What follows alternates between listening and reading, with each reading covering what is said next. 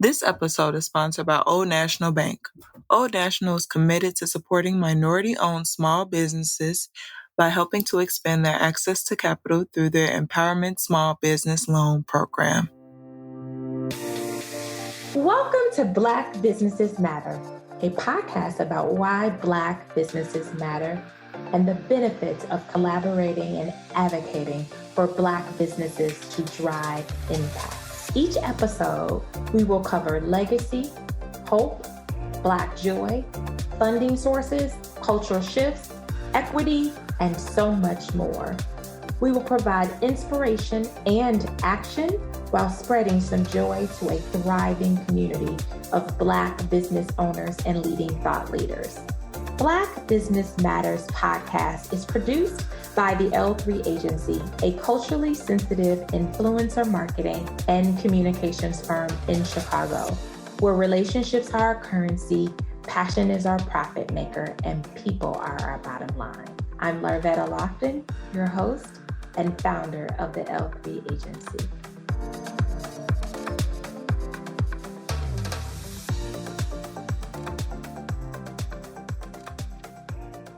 Welcome to another episode of Black Businesses Matter. I am so excited because we are on the campus of my alma mater. You guys can't see us. We are here on audio, but what I will tell you all, it's pretty lit here. It's a nice vibe, and we are just amazed at the number of Black businesses that we get to see.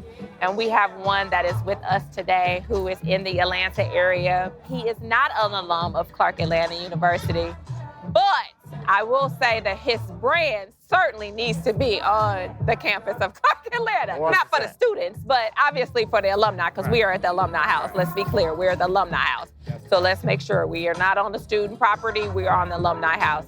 And so what I am excited to have is Kevin, who is the founder of Island Jon, Spirits Black brand that I had the pleasure of tasting and meeting while I was in Detroit for the Black Spirits brand, which was Sipping While Black. Wasn't that their initial? Sipping While Black was up there as well. But yes, Black Spirits Expo. Yes. Put on by Lazar Favors and his team up there in Detroit. So, okay. Yeah. And that's where I met you. That's where I tasted this amazing. So let me say this. I want to talk a lot about the packaging. Okay, because I know they can't see us, but I want to talk about how did you get to this packaging, because I thought it was really cool. This right here from artistic elements. Yeah, but I felt like it was very much colorful, Trinidadian. Like it had that kind of vibe to it. So sure. could you share with us? So yeah, a lot of what we've invested in our packaging are elements that tell a story about our family and our culture and background. So looking at the ibis, the bird on the bottle, that's the scarlet ibis, national bird of Trinidad and Tobago. My dad wanted that to be emblematic on there because growing up in Trinidad, you know, if you come from a Caribbean family, ain't no sleeping in, right? Like you waking up, and because they're on the equator, the sun comes up a lot sooner than we will see it early in the morning. So typically they're probably up about 5, 6 o'clock in the morning, but you see these bright red birds flying against the sunrise, which always left an impression on my dad. So we wanted to make that emblematic to it, but also a point of origin for our family.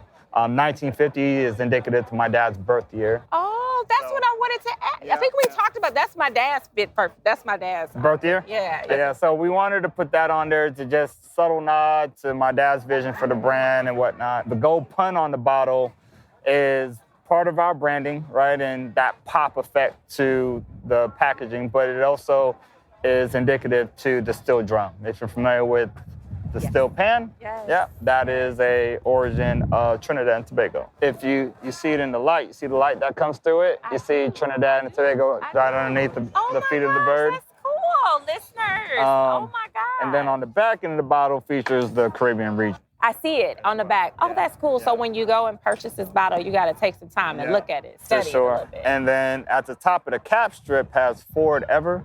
As a family mantra my dad's always said. When you fall down, get back up, keep pushing.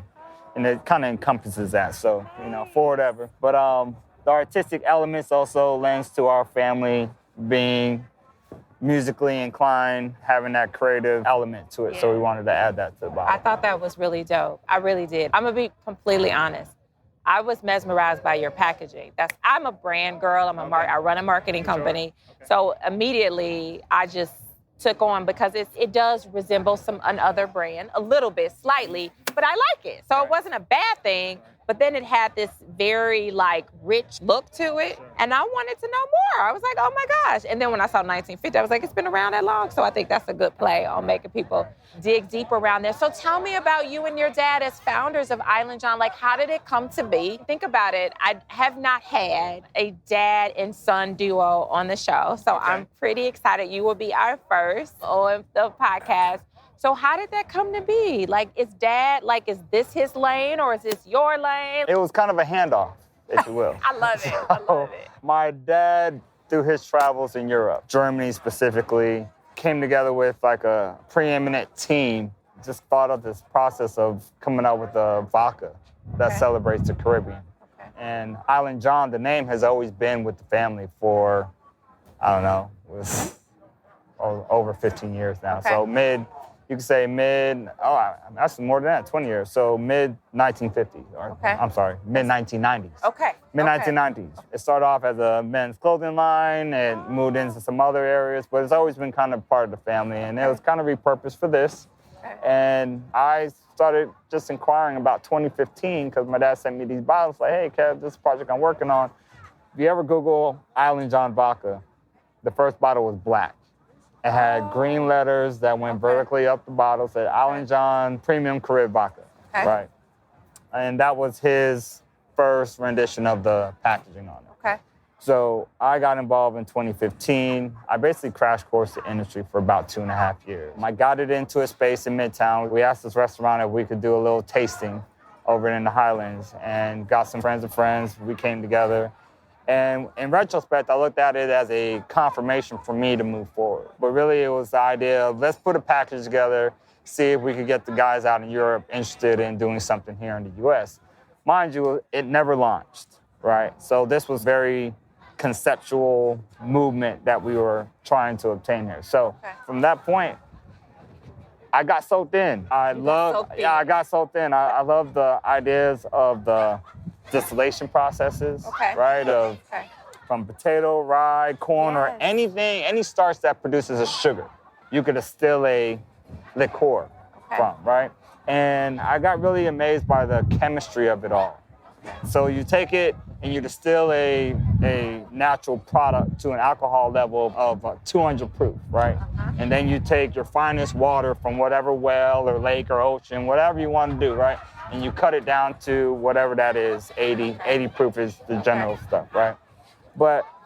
And then from there, not only does it taste good outside the bottle if you're a vodka drinker, but once you take it behind the bar, you got those guys creating chemistry with that too, right? Taking different taste profiles and they're blending it together and doing unique stuff with it. So I was really intrigued by it all. And the last piece of it that intrigued me was the legacy part of it. Creating a family legacy, doing something with my dad, which we've never done a family business before. So it was all new to us, new to me. And I saw it as an opportunity as how can we continue to move down this way and potentially have a successful brand. Yeah, a brand that literally will talk for generations to 100%. 100%. You know, and so in this place, so tell me, what does distillery, how do you all make this? Do you have an outside vendor that you work with to help I know you've got to let vodka sit for so long, and where is that at? So that's in Newport Richey, Florida, right? Okay. We rent an area in the old mead plant. So mead, they produce honey. And basically we got our guy there, Theo, that goes in there.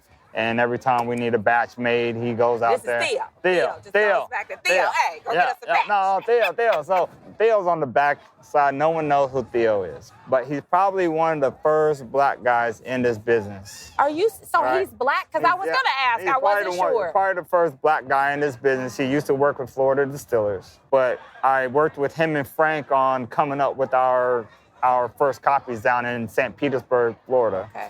But then now things migrated a little further north there, so we saw an opportunity there. We took advantage of it. Theo helps manage the process for us as far as making sure our product is distilled correctly, is rested, it goes through everything. filtered correctly. But yeah, so it's a corn-based vodka. Wow.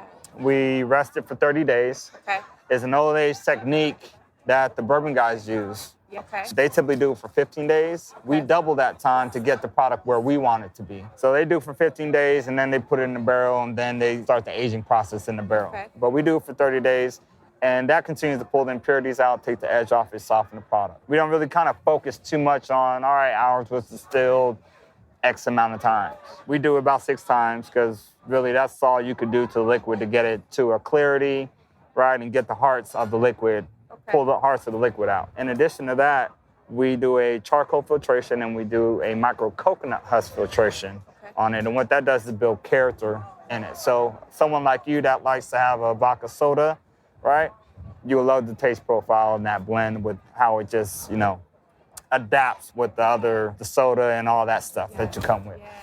We want platinum and triple gold for its taste profile. So we want some solid awards for it. So it's a good product. Yeah, well, you have to say that. It is a good product, and you're the founder of the product. I love it. First of all, I love it because your Theo, who's behind, is Black. And a lot of times that's not. And was that intentional or it just happened? No, it just happened to be. So through another vendor, he said, hey, you guys got to connect with Theo. And so he connected us with Theo. And Theo, man, his formal training came through just being in the space. He didn't go to school for it. You know what I mean? He shows up, has a little grill on his mouth. You know what I mean? He's one of them Florida boys.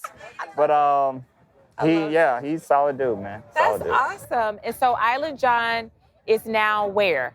Where? Island Jon is a cross. You just said Myers. Yeah, Myers, Detroit. Yeah, but I don't want to call us a nationwide brand because you can't find us nationwide, but we're in multiple cities across the nation. I like that. Right. And I like that you said that because oftentimes we spin it and people are like, but I went and it wasn't there. Yeah. So that's good. Majority is Georgia. Love Georgia. Okay. Georgia's home for Island Jon. That helped launch us back in 2018. Okay. We're in Brooklyn, New York. Happy Cork, to be exact. Brooklyn. Yep, off of a Buffalo Ave. We just entered Michigan, Detroit area. Okay. We're in Cleveland, Ohio, through Fin and Feathers. If you've heard of Fin and Feathers, they're a restaurant here in Atlanta, which expanded there. So Fin and Feathers has been super dope to us, man. I know the founder, Damon. He's all, as long as I can get the product to them, we'll keep them on the menu. So does he sells it or serves it? Is it a restaurant? It's a restaurant. A restaurant, okay. Yeah. So we're part of their specialty cocktail menu. Yeah. So do you find... So I always say this because we've had Moore's Beer, Disbelief. So we've had a couple of brands on the podcast during Juneteenth. Yeah. And the number one thing is to get them, obviously, to get it in the package stores and liquor stores. How successful is it in the space of restaurant and dining? Is that lucrative? That's a little more challenging. It's a longer process to go through that because you got to think of what's going on there, right? Their shelf space is as wide as this table. They can't bring everybody in. They're not like a retail store where they have plenty of shelf space. And even there's limitations there too, but when you get into the bar scene, it's a little more limited. You're fighting big time with the big dogs that are throwing everything they can to keep their spot on menus. So I would say to any other small brand, it's just pick your battle. Okay. You know what I mean? Find where you get love. You know what I mean? Where there's a mutual, I'll meet you halfway if you meet me halfway type of agreement. Because, I mean, there's so many out there. You can't fight over one or two. There's so many out there. So you just have to, it's a hustle. You got to go out there and find your tribe in that space, you know? When I say that, I love that you say that because as someone who runs a marketing company, find your tribe and literally feed that tribe, and that tribe will literally 100% will be loyal to you. Yeah. And that is a real, so just to know that you're in a restaurant, if I know you only sell that, right? That's the only place. Guess what? Your tribe's gonna go there regardless. Yeah. I'm going there because they only sell this. And there is something to be said about it. There's something to be said that I can go somewhere because it creates exclusivity. Yeah. And so there's some dopeness with that. Oh, you know, so I like that I know it's not intentional, but you're slowly introducing this national platform, but I do think it creates a little bit of sexiness, exclusivity. I think it does as well, and give people a reason to come to Atlanta when they hear about it from other places too, you know? And that's why we're here, that's right? We're here. That's right. And I really want to talk about, do you see Island Jon as a brand that could be supported on HBCU campuses? because, we're here. No, absolutely. And I thought about it. I said, and a lot of this, you've got people from Trinidad. I mean, you have so many people from all over the world, right? To be able to, but I know that there's a thin line, but really talking to alumni in these places, is that something in Florida, because you guys are in Florida, there's HBCUs there, is there some thoughts around that? No, for sure. I think our goal is to touch as many people as possible, right? But because we do sell a controlled substance, we have to be very cautious of the hands that it gets into. But yeah, I mean, if we could tap into alumni, to all the sororities and all those guys, yeah, for sure. Yeah, we certainly are going to make some connections for you here on Clark's campus and make sure that you are connected here in the alumni space, because we are actually on the campus. This is the alumni house. Oh, okay. This is alumni house. So it's going to get a little crump later. Okay, Kevin, it's going to get, the grown people know how to really know how to get crump. But I want to ask you, we ask this question to all of our guests, why do Black businesses matter? Why do they matter? Well, they need to first matter to us as a community. I think we get overshadowed by the marketing dollars of the bigger machines out there. And it just takes us being more intentional about Black businesses, reaching out to Black businesses, because our vodka is just as quality or better than the big names. But you wouldn't know that unless you took an opportunity and were intentional of finding out for yourself. And it's always easy to go to things that are heavily marketed to you. I mean, that's what marketing is about. It's about staying in front of the consumer's face. Coca-Cola is probably the #1 recognized brand in the world, but you will never see that brand not marketed. They wouldn't stop running commercials until us as a community is a little more intentional about Black businesses and supporting it. I think that's when you start to see us having more prominence in our respective markets. Yeah, that's good. I'm glad you bring that up. Let me say this. We ask this question of every guest, and it's amazing what people say, that everyone is very different. But at the end of the day, everyone is different. And that's what we want people, like Black people, while we're Black, we're all different in thought, right? We are diverse in thought. The way I think is different from my brother or sister while we are both Black. And we just haven't been given permission in a lot of ways to be able to be different in that capacity, even though we are Black, even though our culture, your culture of Trinidad, like when I saw that, I was like, oh my gosh, like this is colorful, but everyone wouldn't get that. And that's okay. But I'm a Black girl who ultimately loves to support Black businesses, which is why we're here. I do launching, I think about any brand, right? And you're launching it to create a legacy with your family. What are some tips that you would give for people that are launching a family-owned business and they're coming together, brother or sister or son and daughter, or it could be a number, because I just think it's dope that dad and son are coming together, but ultimately it's a family-owned business. Right. So what tips would you provide that has been helpful for you to advance the brand? It's a business. Okay. It's a business. You have to operate it as a business. You got to take the emotion out of it and focus on the business and the blocking and tackling of creating a business. And just make sure everyone is on the same page of what needs to be executed, because it's all about execution every day. Especially when you're building, there's really no days off. When you're building, there's no days off when you're building. Be patient with yourself. Be patient with the process. Fall in love with the process, matter of fact, and find your tribe. I love it. So you guys are hearing from the founder of Island Jon, which is a vodka that's in select markets. So he's made it sure that you understand. I don't want you to go to, if you're in maybe Tampa? You might. Lucas, okay. Maybe. Okay, you might. But if you're in Denver, Colorado. Definitely you're not. Okay, all right. So if you're in California, but a lot of our listeners are out of Atlanta and Chicago. So we know out of Atlanta they can. Chicago, they can't. Chicago, they can't. Not yet. Not yet. We ship there, though. If you want to order it online, go to www.islandjon.com, and we can get it to you. Okay, so are we prepping for holiday parties? Is that our initiative over the next month and a half? Well, we don't host them. You're not hosting. You're like, just order them and just tell us and let us know how well it is. We'll pull up. We'll pull up and drop it off. Yeah, but we're not hosting. We're not hosting. Okay, I love it.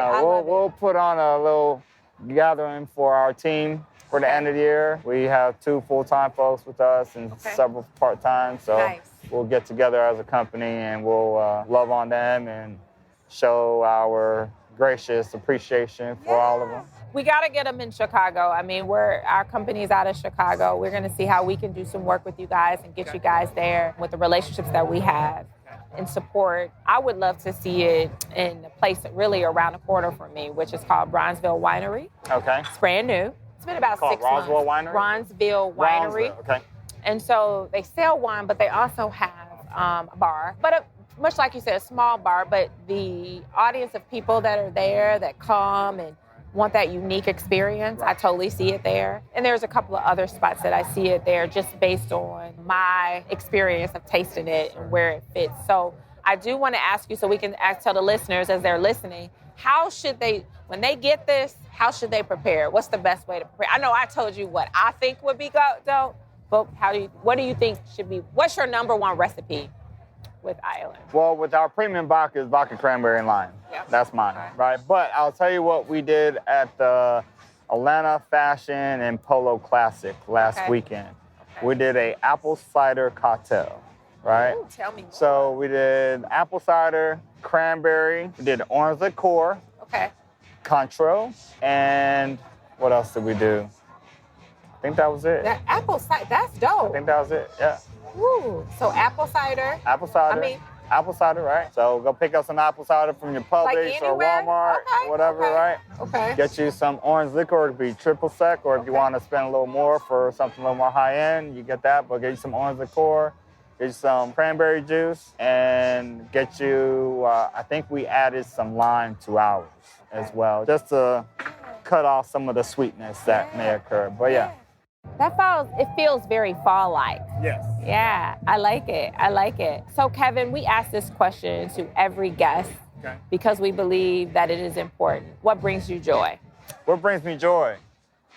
Oh man, being around my wife and 2 little boys. Oh, and how old are your boys? They're 7 and 5. Oh, nice. That brings you, and that's something to be joyful about. Black boy joy is beautiful. I will say that. I just want to say thank you so much for being a guest. Before we close, I want people to if you could give them your website, your handle, so that they can know where, because you got on some merch here too. I do got on some merch. You know, so I mean, you got to tell the people where they can get some of this, because the merch, so let's say this, he got a trucker hat on that's really nice, guys. It's really nice. So make sure you share your website and your handle. All right, cool. So the merch store is coming. Okay, the merch store is coming. It's coming. All right. So Black Business. The last 2 years. We're gonna hold you accountable, because by the time we launch this, we hoping it's gonna already. Right. But we're trying everything on to make sure that it's something that we want to put out for people to wear. Right. www.islandjon. That's JON.com, not JOHN. Yes. IslandJON.com. Okay. And then our handles on all platforms is at Island Jon Vodka. Island Jon Vodka. And so before we wrap up, who's John? You, Kevin. JOHN is our surname. So Kevin John and Levi John. Ah, yes. And that's JON.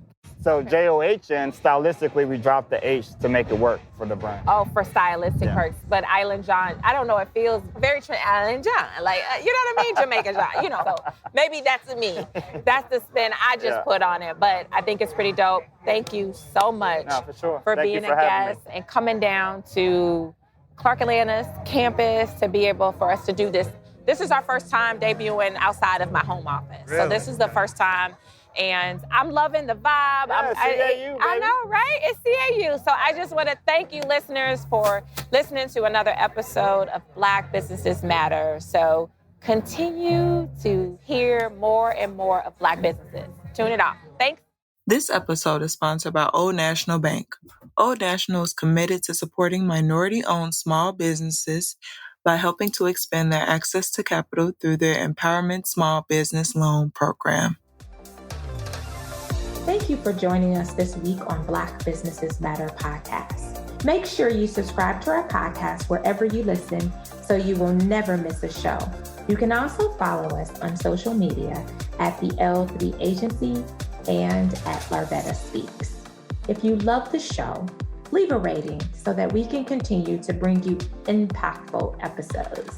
You can also take the pledge and order our merch at our website at thel3agency.com. THEL3 agency.com. Thanks for listening and see you next week.